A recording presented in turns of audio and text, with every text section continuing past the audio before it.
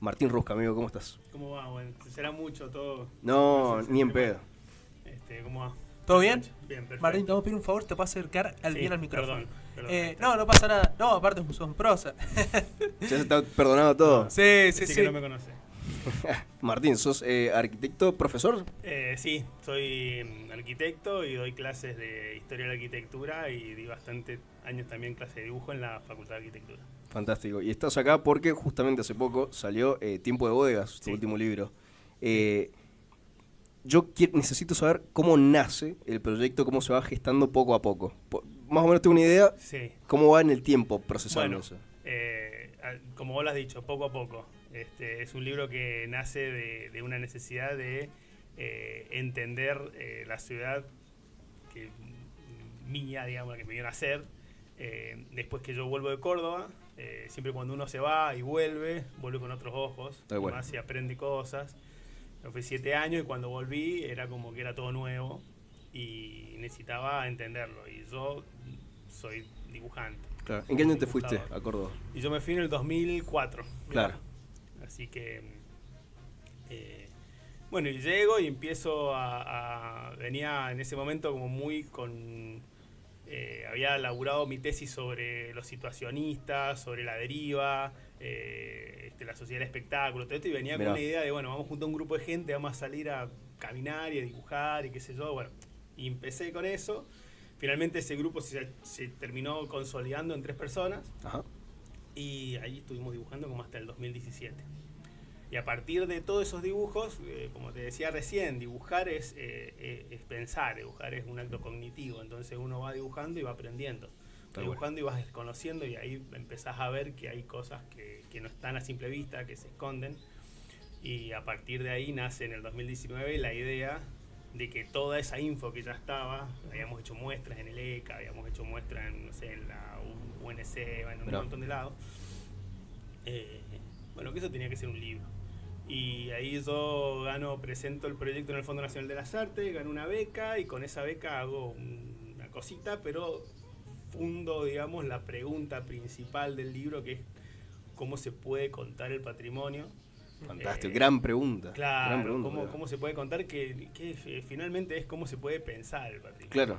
Entonces, empiezo con lo más fácil, que es el último capítulo de esto, que es lo más sensible y lo que uno tiene sin razonar. Sí. Entonces empiezo con lo que es de este libro el último capítulo, que son como derivas más filosóficas o preguntas sobre lo que es el abandono, sobre lo que es la vitivinicultura, y trabajado todo con dibujos, como les decía, por ahí con una simbiosis entre que siempre quería que o el dibujo preguntara y el texto respondiera, o al revés, y intentar buscar como un libro ilustrado, ¿no? Claro. Esa forma. Y después de ahí empecé a darle otras formas, empecé a sacar en el 23 un libro digital con otro de los capítulos que hablaba más de la parte técnica. Sí. Porque una bodega para nosotros, para los arquitectos, los edificios y las ciudades son documentos. Entonces, que guardan información, y es súper interesante poder sacar esa información y registrarla en otro medio. De esa manera también los entendemos y los resguardamos, porque los edificios son de ladrillo, son de adobe, pero desaparecen también. Claro. O sea, muchas de las bodegas que están en este libro, ya no existen. Casas que hay en este libro ya no existen. Entonces, han quedado acá. Fantástico. Martín, yo tengo 2 preguntas. La primera es en relación a lo último que estabas mencionando de, el patrimonio cultural. Yo vi el libro y lo que estás contando vos, hay ruinas, va desapareciendo. ¿No debería haber ahí un cuidado en relación a eso? Y la segunda pregunta es en relación a ¿por qué el título? ¿Por qué Tiempo de Bodegas? Bueno, la primera... Hasta ahora yo, después me recordame las 2 preguntas. Sí. Hasta ahora mi cerebro funciona a la mitad del... debería haber un cuidado y es la pregunta del patrimonio. Bien. O sea, yo sí entiendo que tiene que haber un cuidado porque el patrimonio es identidad. No solamente es aquello que nos dieron nuestros padres, y de ahí viene por ahí el patrimonio, aquellos que heredamos, sino que también tiene otra acepción, que es el patrimonio de alguien, es lo que cuenta, es el dinero o los bienes con los que cuenta para sustentar. Nosotros contamos con estos bienes. Pero es muy difícil, porque también hay un avance, la ciudad avanza, hay cambios que no dependen de eso, que dependen de la economía, dependen de la tecnología, y bueno, es una lucha constante, digamos. Yo creo que hay muchísima gente que está interesada en el patrimonio, en esta historia. No sé, cosas muy chiquitas. Cuando salí de la escuela primaria, yo iba a la 25 de mayo, yo salí de séptimo grado y al otro año la demolieron la escuela y hicieron otra escuela. Y a mí me quedó siempre la espina de no poder volver a pisar ese espacio. Claro. Y recordarlo, ¿viste? Que es algo muy simple, que uno va a la escuela que fue o a la casa donde vivió. Y los recuerdos que uno aparte le viene. Yo acá pasó esto con mi amigo. Bueno, como decía Lorca, yo ya no soy yo, ni mi casa ya mi casa. Claro. Se pierde. Imagínate eso, pero a nivel sociedad. Claro. Y eso que estamos hablando es personal. Claro. Entonces, claro que tiene que haber un cuidado, pero bueno, ahí no hay legislación que soporte. Cuando avanza, no sé, por ejemplo, Liverpool estaba catalogada dentro de el patrimonio mundial, ¿no? Y fue esa categorización fue como que ocasionó que empezara a aumentar el precio de los bienes inmobiliarios, y empezó a modificarse la ciudad de tal manera, y empezó a modificarse la costa, de tal manera que en un momento lo tuvieron que sacar porque ya no respondía a ese patrimonio, ¿no? Entonces como que algo que era una protección, una declaratoria que era para protegerlo, terminó siendo lo que lo llevó a hundirse, digamos. Claro. Es muy delicado, sí, es muy delicado, es delicado. Entonces creo que charlar sobre esto, entender que cada uno de nosotros entiende el valor del adobe, del patrimonio tangible o intangible. Claro. Yo estoy más dedicado al tangible, pero bueno, hay muchísima gente que está con el patrimonio intangible también. Creo que es un trabajo diario y de todas las personas. Bueno. ¿Cómo es el resguardo del patrimonio en San Rafael en general? ¿Cómo viene la mano? Y es complicado. Hay personas que trabajan por el patrimonio, que hacen cosas por el patrimonio, desde lo más chiquito hasta lo más grande. Se me viene a la mente ponerle, no sé, Mariel Insuel o el Mimi Viviana Rebolloso. Hay un montón de gente que trabaja permanentemente con el patrimonio. Pero después, bueno, es una ciudad que avanza. Claro. Y es, por ejemplo, la vitivinicultura ya no es la industria principal de San Rafael. Claro. Y bueno, nada, es eso. Es de última, o sea, en mi mente, digo, bueno, las registro acá, están dibutadas. Claro. Creo que la última frase del libro, de una de las, dice algo así como están esperando que aunque sea alguien las dibuje, digamos. Claro, fantástico, durísimo. Claro. Martín, y te llevo a la actualidad, porque mencionaste la palabra avance, mencionaste la palabra de, bueno, hay un cambio en la matriz productiva, ¿no? Sí. ¿Cómo estás viendo urbanísticamente, arquitectónicamente, la ciudad de San Rafael? ¿Por qué te lo pregunto? Porque a mí me pasa todos los días cuando voy a buscar a mi mamá, a la vuelta veo la rotonda de la bandera, sí. Es un caos. Sí. Se meten dos autos, motos, dos autos aparte, pasando por una calle que es muy angosta para meterse, ¿no? Y uno dice, che, otro corredor, o si lo hay, ¿por qué no se utiliza? Tiene que ver con algo cultural, algo de, bueno, quiero llegar más rápido. No, hay una máxima, que es que si vos agregás corredores o agregás vías en una autopista, por ejemplo, lo que aumentás son la cantidad de autos. Uh-huh. Hay que pensarlo desde otro lado el problema. Bien. San Rafael tiene el problema que tiene muchas ciudades actuales que se expanden de una forma descontrolada, no planificada, y esto genera problemas de tránsito, o también genera problemas en las instalaciones, genera problemas en la infraestructura, genera problemas en el transporte público. Si vos tenés que llevar colectivos, yo vivo lejos, Cuadro Venegas, si vos tenés que llevar un colectivo es inviable, porque tenés kilómetros donde no se sube nadie. Y esto es porque la ciudad se ha como expandido de tal manera y no se ha concentrado. O sea, nosotros tenemos la ciudad en lo que es las paredes, Cerrito, Rama Caída, un montón de gente viviendo ahí. Sin embargo, el cuadro de lo que es el municipio de San Rafael, lo que es el ejido, no está completo, no debe estar ni al 70%, y mucho menos debe estar. O sea, hay todavía falta de alguna manera densificar, ¿no? Aunque hay que ver cómo se densifica. Siempre hay un problema ahí, ¿no? Siempre hay que ver cómo se densifica, porque San Rafael es una ciudad que también las calles, el ancho de las calles, las acequias, los árboles, son parte de su patrimonio. Claro. Son parte de su identidad. Sí, entonces podemos romper con eso o no. Claro. ¿Viste? Ahí que se pierde, que se gana. Yo me pensaba, digo, esto 10, 20 años más, Sí. algunas zonas van a ser problemáticas. Una es esa, otra donde está el registro civil, el hospital, bomberos, toda esa zona, está todo junto, mucha gente, eso va a ser...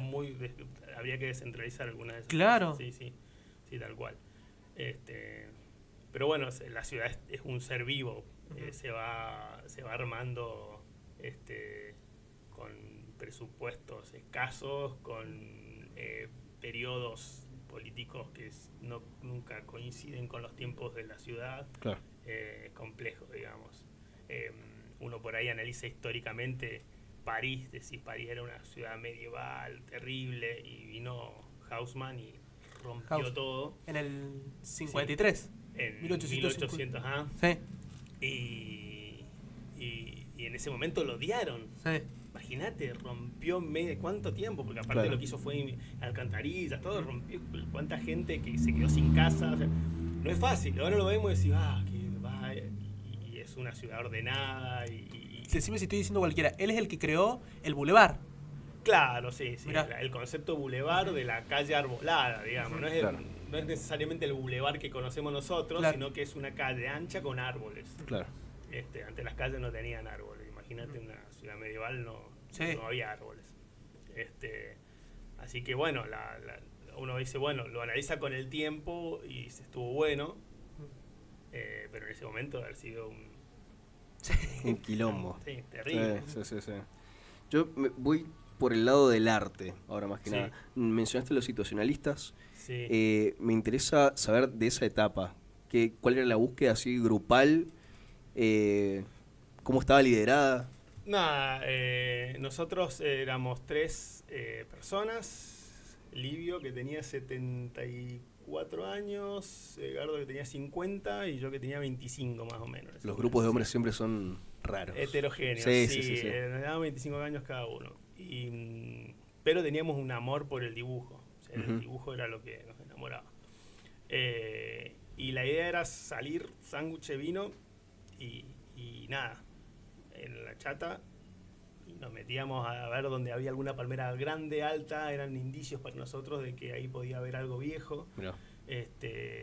O preguntábamos, parábamos en un kiosquito, preguntábamos, y así íbamos por los distritos, y íbamos buscando esas, que nosotros decíamos, esas joyas que no conocíamos, y que muchas veces relataban la historia de San Rafael antes del oasis, que era algo que a mí en ese momento ya me empezaba como a picar, digamos, porque lo decía, bueno, el oasis se podría decir que arranca en 1870, o quizás ahí arranca, pero hay toda una vida antes de eso, y que la tenemos media negada nosotros. Entonces, bueno, aparecen esas cosas. Y a partir de ahí, bueno, cada uno tenía sus incógnitas, y a mí lo que me empezó a pasar con el dibujo, como esto que decía, que el dibujo va siendo una herramienta de pensamiento, empecé a notar proporciones, empecé a notar cosas que habían comunes que me empezaron a llamar la atención de la arquitectura de las bodegas, pero en general de la arquitectura de los secaderos, de la arquitectura industrial de esa época, del principio del siglo XX. Como muy cuidada, con cosas que por ahí uno no vincula directamente con lo industrial.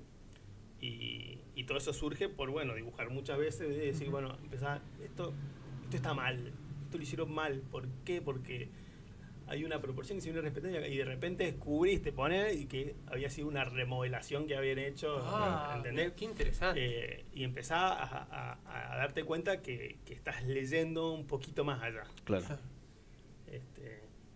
Así que bueno, eso era simplemente, claro, digamos, sin saber a dónde, digamos. Después sí, más adelante se empieza como a organizar, sobre todo yo para este libro empiezo como a querer organizarlo, pero al principio no había una necesidad de eso.